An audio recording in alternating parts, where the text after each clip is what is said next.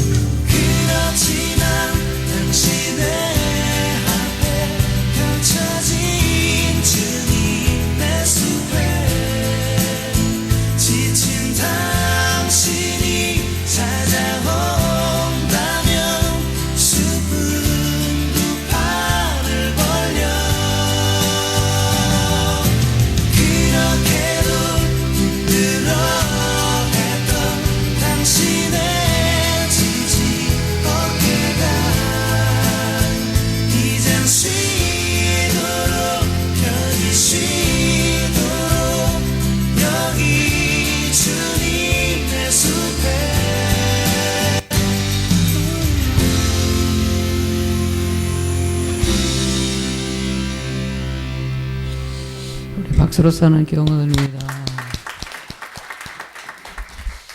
하나님의 은혜로 가정에서 예배드릴 때가 바로 그제 같은데 벌써 7년이라는 시간이 지나서 지금까지 이렇게 오게 됐습니다. 개척할 때 정했던 이 표가 있습니다. 여러분들 너무나 잘 아시죠? 한번 외워볼까요? 시작. 하나님이 기뻐하고 성도가 행복한 교회. 하나님이 기뻐하고 성도가 행복한 교회 되는 거. 교회 본질이라고 얘기할 수 있죠. 제가 안식월 기간 동안 이 상계교회 서기론 목사님을 만나게 됐어요. 한 70개의 교회를 다니면서 또 40명의 목사님을 만난 중에서 서기론 목사님, 서기론 목사님은 한국교회 지금 역사적으로 큰 부흥을 일으키신 목사님에 들어갑니다. 이 감리교는 교회를 옮기는 이 사역지를 이렇게 옮기면서 이 사역을 진행하시는 이 교단의 특성이 좀 있는데, 이 목사님이 3군데를 옮겼는데 3군데가 엄청나게 부흥을 했어요. 그래서 이 목사님 좀 만나 뵙고 싶어가지고 또 작은 교회 부흥운동도 하시고, 그래서 그분이 쓴 비전 리메이크로 거듭나라라는 교회 책을 제가 또 선물도 받고, 그 책을 읽으면서 와, 그래, 교회는 이런 거야, 이런 게 느껴지더라고요. 이게 교회지, 뭐 이런 거 있지 않습니까? 어떻게 해야 될 방법도 좀 떠오르고, 그 목사님이 쓴 책의 내용을 보면은요, 상계교회 교회 비전을 얘기하는 이 상계 비전, 이 리메이크로 하는 그 책의 내용에 보면 3개의 비전을 얘기하고 있어요. 첫 번째로는요, 성도들이 사역하는 행복한 교회. 2번째는요, 1만 명이 모여 서울을 주도하는 교회. 3번째는요, 인재를 양성하여 한국과 세계에 도전을 주는 교회. 이렇게 3가지의 상계, 그러니까 자신의 교회 비전을 얘기하고 있어요. 좀 구면은 다를지 몰라도요, 일단 제가 생각하는 꿈꾸는 성경에서 얘기하는 교회 모습도요, 성도들이 사역하는 교회, 성도들이 믿음이 성장해서 또 다른 사람들을 가르칠 수 있는 교회가 되는 것이 건강한 교회라고 얘기하고, 주도한다는 거. 제가 제일 안타까운 것은요, 뭐 이 교회는 1만 명이 주도한다, 뭐 이걸 떠나서 교회는요, 세상의 주도자가 돼야 되는 것이에요. 그런데 오히려 세상 사람들이 교회를 걱정하고 있는 상황이 되지 않습니까? 뭔가 세상에 영향력을 미쳐야 되는데 그러지 못하는 교회 모습에 대해서 이 표어가 저희 교회에도 마음이 다가오는 것이에요. 3번째로도요, 인재를 양성하여 한국 세계에 도전을 주는 교회. 뭔가 도전을 줘서 희망을 줄 수 있어야 되는 것이에요.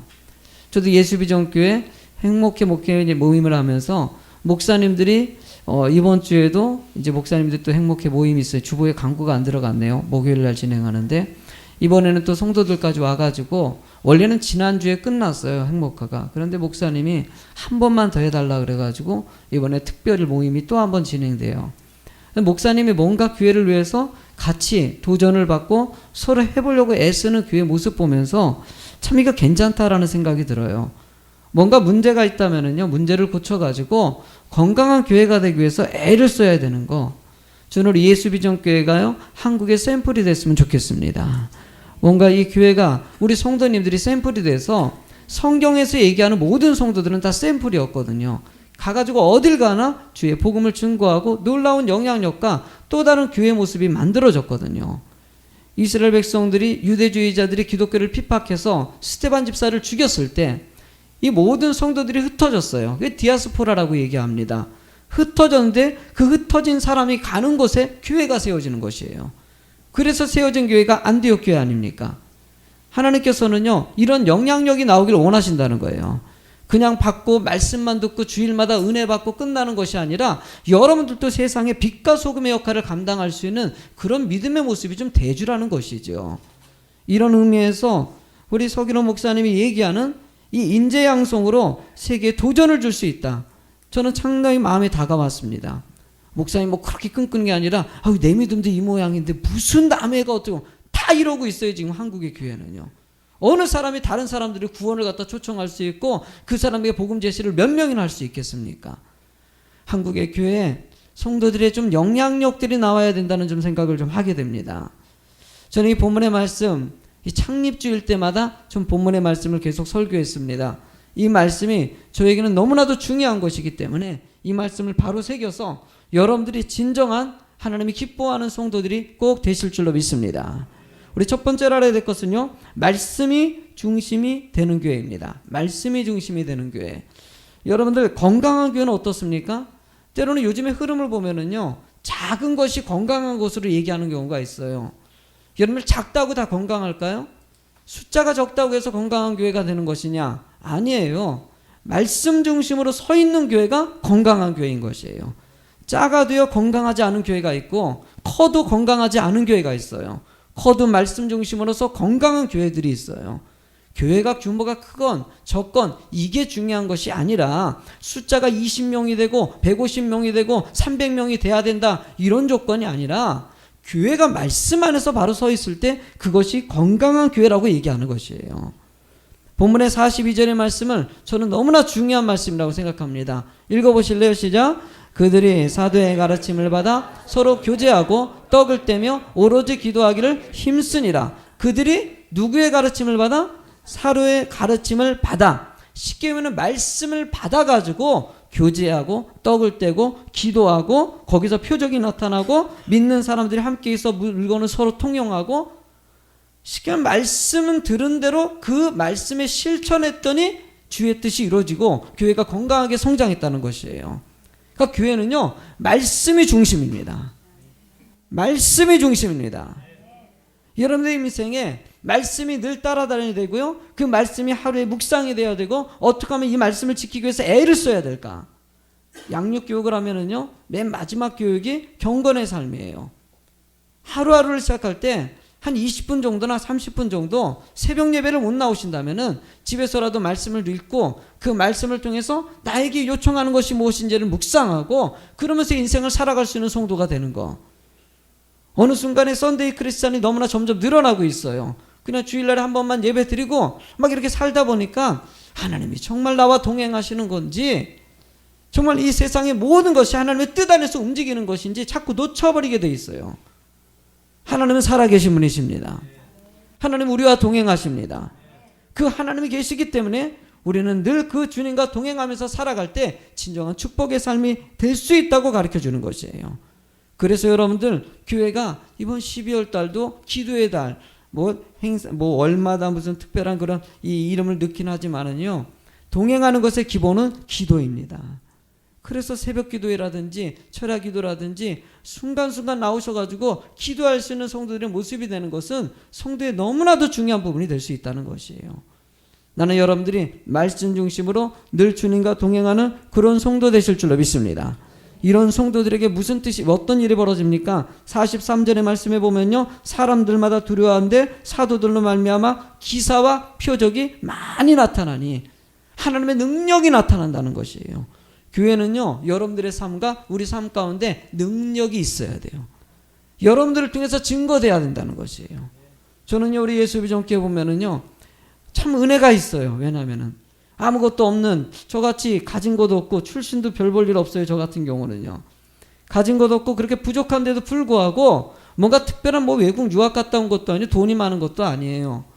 그래서 참 이 한국의 교회에서 부흥하려면은 이 부흥하는 교회 신문에 나오고 막 이런 교회를 제가 연구해 보니까는요 좀 특별해요. 목사님이 좀 가진 게 좀 있던지 뭐가 책을 써서 유명한다든지 아니면 큰 교회 출신이라든지 뭔가 자신이 설교에 대해서 탁월한 능력을 갖고 있다든지 또 인지도가 좀 있다든지 좀 유명하다든지 이런 목사님들이 대부분 신문에서 단기간에 5년 10년에 부흥했다고 이렇게 나오시는 거더라고요. 연구해 보니까 다 그런 목사님들이에요. 근데 그냥 가진 것도 없고 그냥 설교도 그냥 보통이고 그리고 출신도 별로 그런 교회 목사님이 성공하는 경우는 정말 드물어요. 정말 찾아다니 보니까는. 그러니까 신학생들이요 졸업하면은요 대형교회 가려는 이유가 거의 한 70-80%는요 대형교회 이렇게 이 사역제에다가 이력서를 내요. 왜냐하면 큰 교회 가야지 성공한다 이 사고가 있기 때문에. 작은 교회는 갈 생각도 안 해요. 작은 교회에서는 사역자 모집하려면 얼마나 힘든지 몰라요. 그만큼 교회 흐름도 그렇고 이 사회의 이름이 그렇게 올라가고 있다는 거예요. 근데 여러분들 하나님이 함께하는 교회는요 능력이 나타납니다. 뭔가 세상의 스펙이 중요한 것이 아니라 하나님을 의지하는 교회에 여러분들의 삶도 주님께 맡겨보십시오. 주님께 철저하게 의지해 보십시오. 하나님 표적을 보게 하시고요 놀라운 뜻이 여러분들의 삶 가운데 이루어지게 하신다는 거예요. 저는 하나님의 은혜로 이런 성전도 없고요. 그래요. 육적인 치유도 좀 받고요.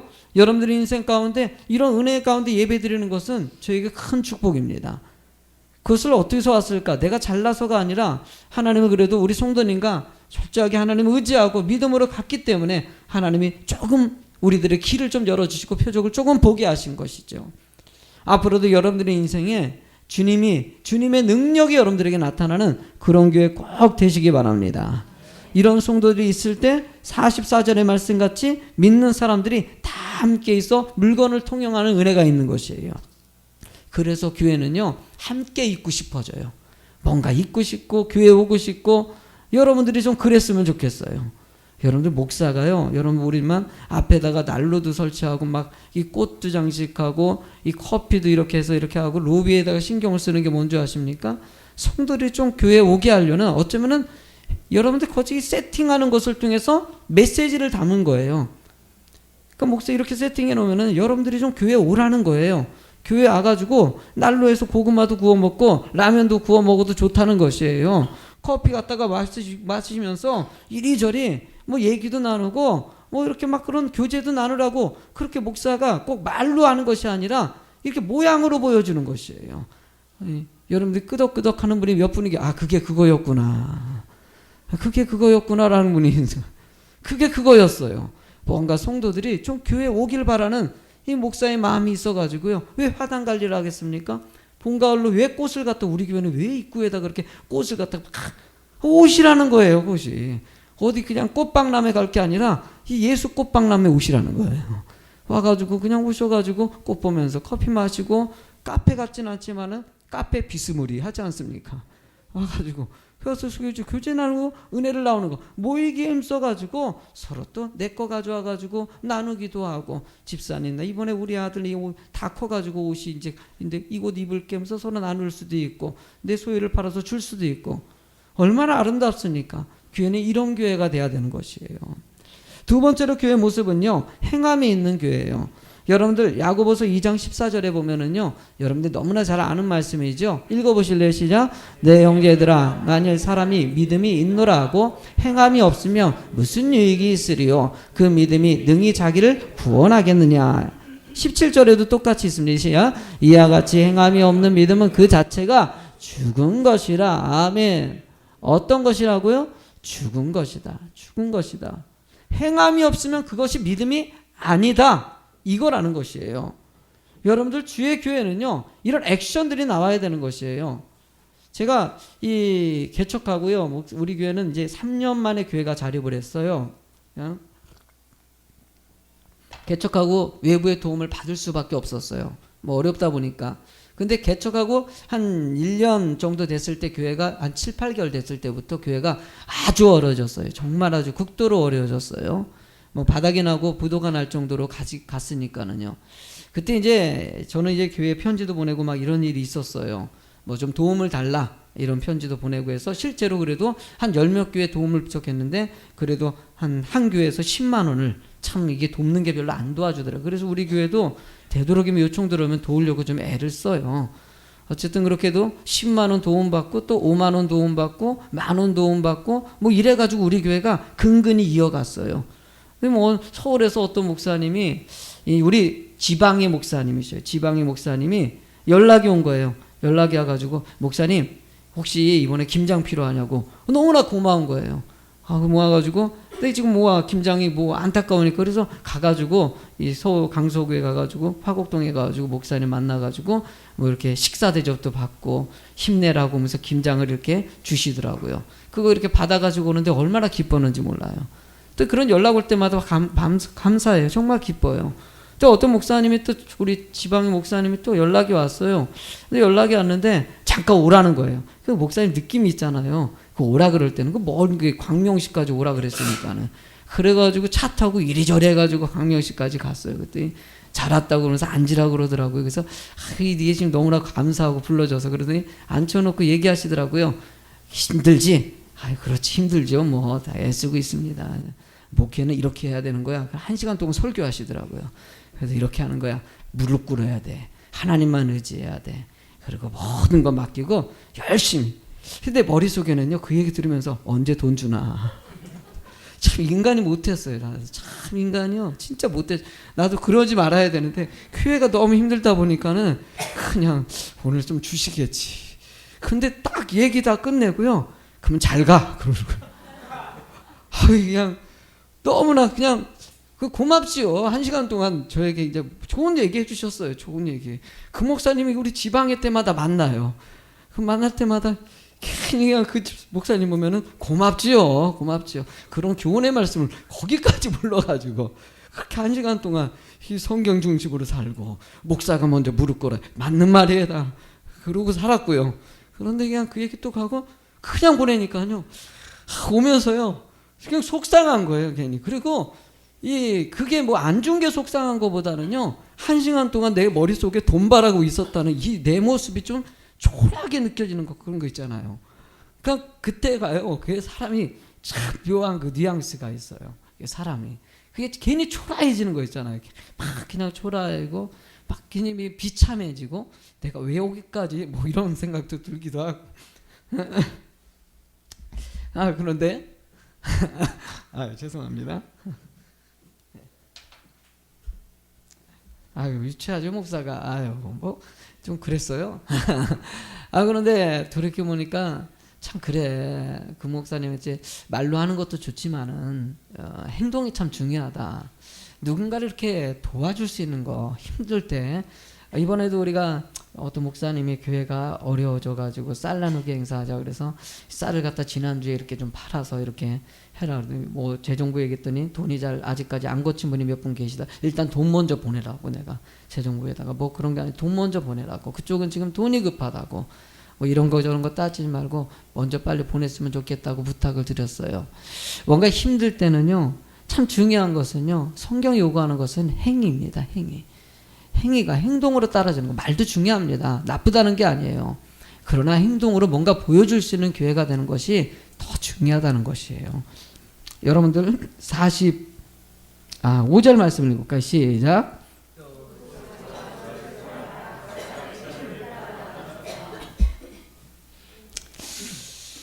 소유를 팔아 나눠주고 46절 읽어요. 시작.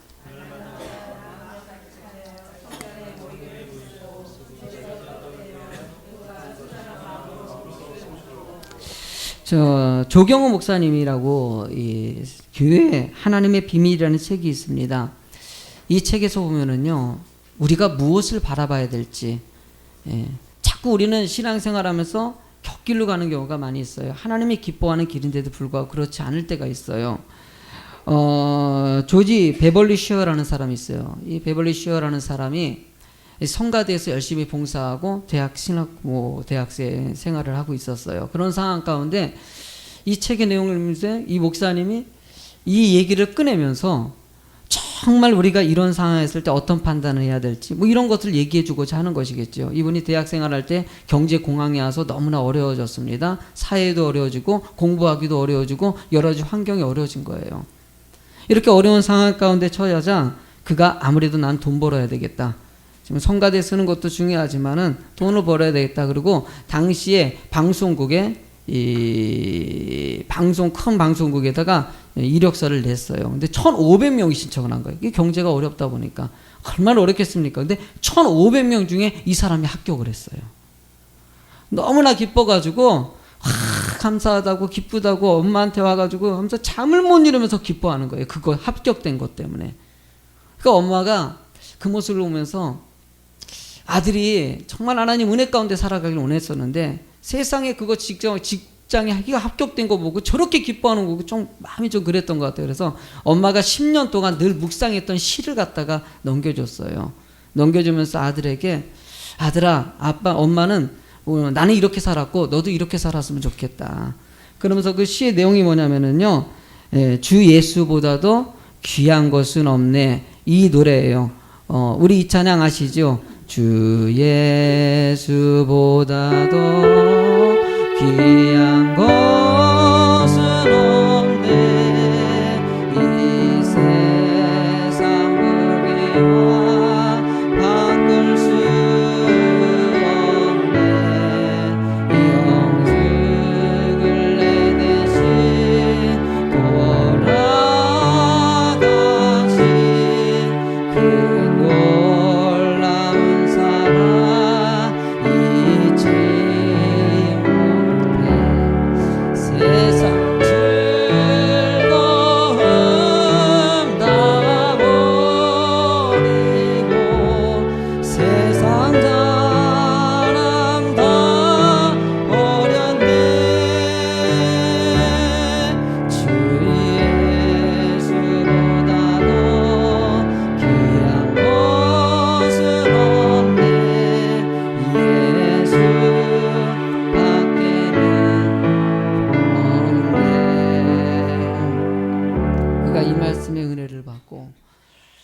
그래, 주 예수보다 귀한 것이 없는데 어느 순간에 교회 사연 내려놓고 세상 일 하겠다고 내가 나가는 모습에 이 친구가 그 합격 증서를 갖다가 이 말씀을 하고 작곡을 한 다음에 엄마의 그 시 내용을 작곡하고 그러고 나서 그 종이 이력서를 찢어버리고, 그리고 오히려 빌리그레암 목사님 따라다니면서 그리고 옆에서 부흥 찬양 사역자로서 활동해가지고 이 위대한 찬양이 거기서 나왔다고 합니다.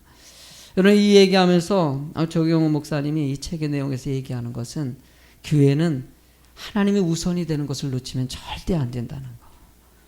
그런 성도들은 하나님이 우선이 되면은 교회를 위해서 헌신도 나오고 뭔가 하려는 마음들이 거기서 나온다는 것이에요. 교회들이 연말만 되면은요 제일 힘들어요. 왜? 지금도 목사님들이 이 12월 달에는요, 여러분들 제일 가슴 아픈 거는요, 목사님들이요 심장마비로라든지 뭐 이렇게 혈액 증서로 해서 죽는 경우가 11월 달에 12월 달에 제일 많아요. 왜냐하는 줄 아십니까? 연말 되면 목사님들이 신경이 곤두서요. 왜냐하면 예년 되면은 교사들이 이제 안 하겠다, 뭐 안 하겠다, 못 하겠다, 뭐 교회 떠난다, 이런 말들이 11월 달, 12월 달에 잘 나오거든요.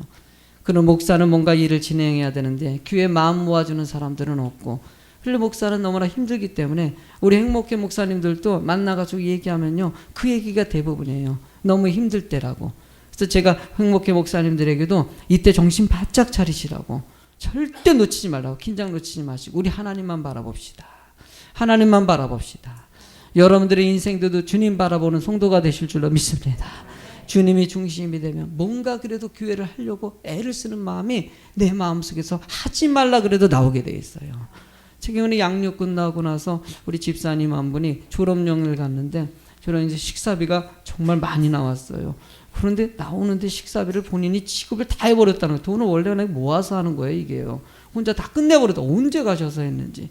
그랬더니 얘기하시는 게 너무 은혜가 커가지고 하고 싶어서 했다는 거예요. 난 그런 게 참 좋아요. 하고 싶어서 그냥 하는 거예요. 하고 싶으면은 돈이 아깝지가 않은 거예요. 있어서 하는 것보다는 그냥 그거 하고 싶어서 그렇게 하는 거예요. 우리 양동주 권찰님도요, 어저께도 아침 일찍 와가지고요, 유리창을 다 닦고 있어요. 그걸 갖다가. 그러면서 그거 모습 볼 때마다 그냥 자신이 좋아서 하는 거예요. 자인이 와서.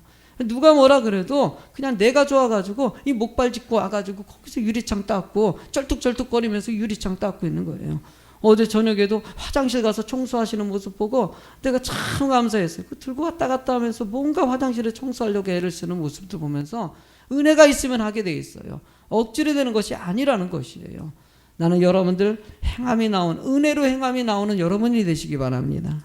마지막으로 우리가 알아야 될 것은요, 칭찬 듣는 교회가 돼야 된다는 것이에요. 47절의 말씀을 읽어볼까요? 시작.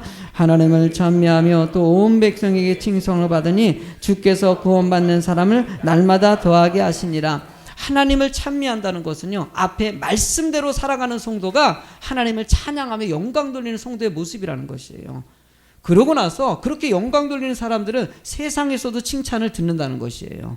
이렇게 칭찬 들으면은요, 여러분들 주께서 구원받는 사람을 날마다 더하게 하시리라. 부흥은 누가 하신다는 겁니까? 하나님이 부흥을 시켜주신다는 거예요. 아멘. 그러니까 부흥은 하나님이 하시는 거예요. 우리는 그냥 하나님을 찬미하면 되는 것이에요. 늘 예배 중심적으로, 기도 중심적으로 늘 하나님 중심 모이기에 힘써서 열심히 주의 일에 봉사만 하면 되는 것이에요. 그리고 세상을 향해서 칭찬을 들으면 되는 것이에요. 우리 예수비전교회 그런 교회 되고 싶은 것이죠. 말씀이 살아있고 이 검암 지역에 칭찬 듣는 교회가 되는 거. 하나님이 이런 교회를 통해서 주의 뜻이 이루어질 거라고 저는 소망합니다. 우리 교회가 그래도 이 지금 자꾸 신문에도 그런 데서 칭찬 듣고 있는데 실제로 보면은요, 하나님이 부흥시켰는데 이 박창호 목사가 잘난 것도 아니고, 제가 늘 볼 때마다 성도들이 참, 내가 가끔 누구 만나면은요, 그래, 나는 참 잘 만났다는 생각이 들어요. 성도님들이 진짜 좋아요. 성도님들이 되게 좋으면 다 그런 건 아닙니다. 다 그런 거 아닙니다. 다 그런 거 아니에요. 되게 좋아요. 되게 좋아요. 말씀 듣는 것도 그렇고 행동하는 것도 그렇고 되게 마음에 들어요. 마음에 들어요. 예. 그럴 때 이런 모습 보면 내 자랑을 되게 많이 해요. 우리 예수비전교회는 진짜 좋은 사람만 모아놓은 것 같다고. 막 그런 얘기를 쭉 하면은요, 어떤 목사님이 가끔 이제 한마디 이렇게 해주시더라고요. 교회는 다 똑같아요.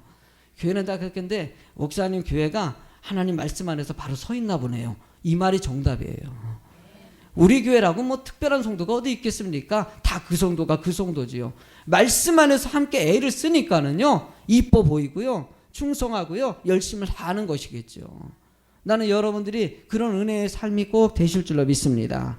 여러분들 사도행전 이런 초대교회로 시작됐던 교회가 사도행전 11장 21절서부터는요 안디옥 교회로 만들어집니다. 읽어보시기만 합시다. 시작. 주의 손이 그들과 함께 하심에 수많은 사람들이 믿고 주께 돌아오더라. 예루살렘 교회가 이 사람들의 소문을 듣고 바나바를 안디옥까지 보내니 그가 이르되 하나님의 은혜를 보고 기뻐하여 모든 사람에게 굳건한 마음으로 주와 함께 머물러 있으라 권하니 아멘. 여러분이 소문났더니 안디옥 교회가 부흥했다라고 얘기하고 있어요. 초대교회가 안디옥 교회에 세워진 것은 그들이 하나님 중심 안에 칭찬되는 삶을 살았기 때문이에요. 여러분들 데살로니가전서 1장 8절의 말씀도 읽어보시자. 주의 말씀이 너희에게로부터 마게도냐와 아가에만 들릴 뿐 아니라 하나님을 향하는 너희 믿음의 소문이 각처에 퍼졌으므로 우리는 아무 말 할 것이 없노라. 바울 사도가 3주밖에 머물지 않았는데 그 교회가 엄청나게 부흥해가지고 마게도냐 온 지경에 소문이 퍼져가지고 바울 사도의 귀에까지 들어왔다는 거예요. 여러분들이 예수비전교회가요 그런 소문나는 교회가 될 줄로 믿습니다. 칭찬 듣는 교회가 될 줄로 믿습니다. 우리 이 시간에 우리 찬양 하나님께 드릴까요? 이 땅의 하나님의 교회 부르심을 따라 일어나. 우리 이 찬양 드리도록 하겠습니다.